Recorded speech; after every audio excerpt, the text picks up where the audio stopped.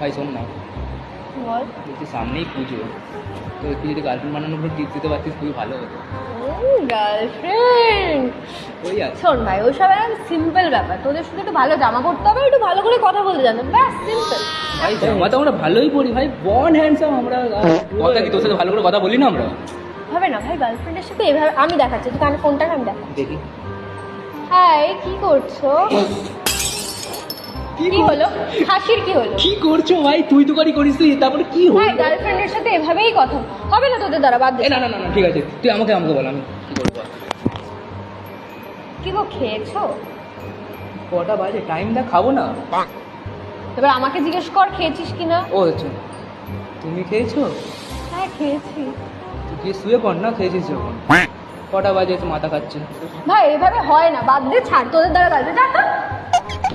বাদ দে তো, আমরা গেম খেলি, চল। তোর ফোন কোথায়?